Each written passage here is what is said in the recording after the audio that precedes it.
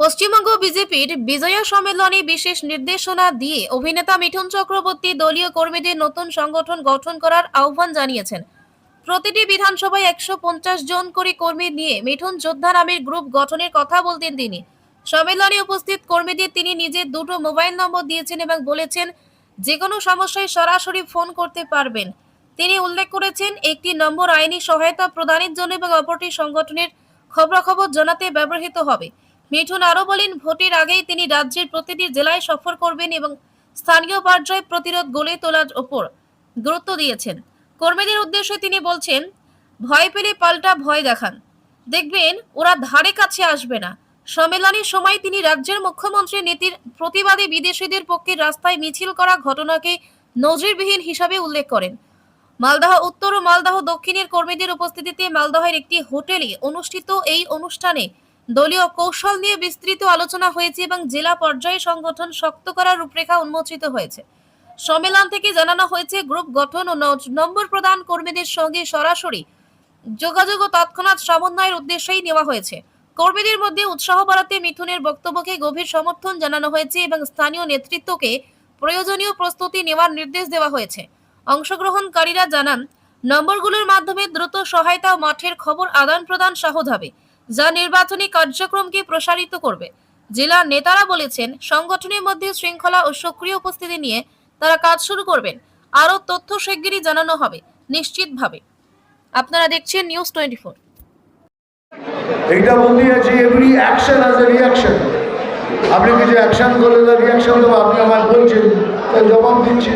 তাই বলছি, ওরা যেভাবে আমাদের সাথে ব্যবহার করবে ঠিক সেইভাবে তাদের সাথে ব্যবহার সব কিছু করবে। প্রতিবাদ থেকে শুরু করে, অবরোধ থেকে শুরু করে, যখন যেখানে যা দরকার হবে এই আমার যোদ্ধারা সেখানে দাঁড়িয়ে যাবে। এর প্রয়োজন হলো, শুনলেন না, যেখানেই যাচ্ছে মার ধর, কোনো এখানে তো কোনো শাসন বলে জিনিস নেই, খালি রাজ্যের যারা আছেন তাদের জন্যই শাসন। সেটা আমি বলবো, বলে দেবো, সময় দেখবেন। এই জন্যই বানাচ্ছি কি আমরা একসাথে হবো, একসাথে হয়ে লড়বো, প্রতিবাদ করবো, অবস্থান করবো। দরকার হলে পরে যেভাবে ব্যবহার করেছেন আপনার সাথে সেইভাবে ব্যবহার করবো। আমি দাদাকে বলার কথা বলছি না, আমি একটা নাম্বার দিয়েছি, সেই নাম্বারে অনেক কাজ হবে। আমাদের সাংগঠনিক কোনো প্রবলেম থাকে আমি সেটা সলভ করব। হ্যাঁ,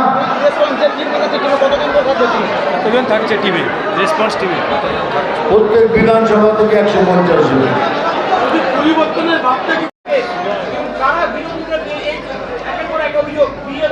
কেন বলুন না, কেন করছেন? আমি বললাম তো, এতে বোঝা যাচ্ছে ওরা অভারতীয়দের সাপোর্ট করতে চান। বিএলওকে কেন তার থ্রেট করছেন?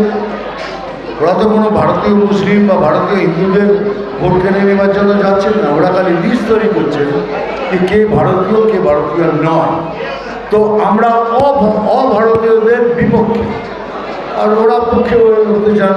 মেসেজটা তো এটাই দিচ্ছেন কি আমরা অভারতীয়দের সাপোর্ট করছি, এটাই তো মেসেজ, তাই নাকি?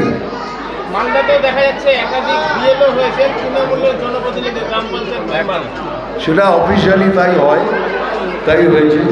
দেখা যাক না কি হয়, এটা তো আমার কাজ নয়, এটা ইলেকশন কমিশনের কাজ। ওনারা যা করবেন সেটাই কাজ হবে।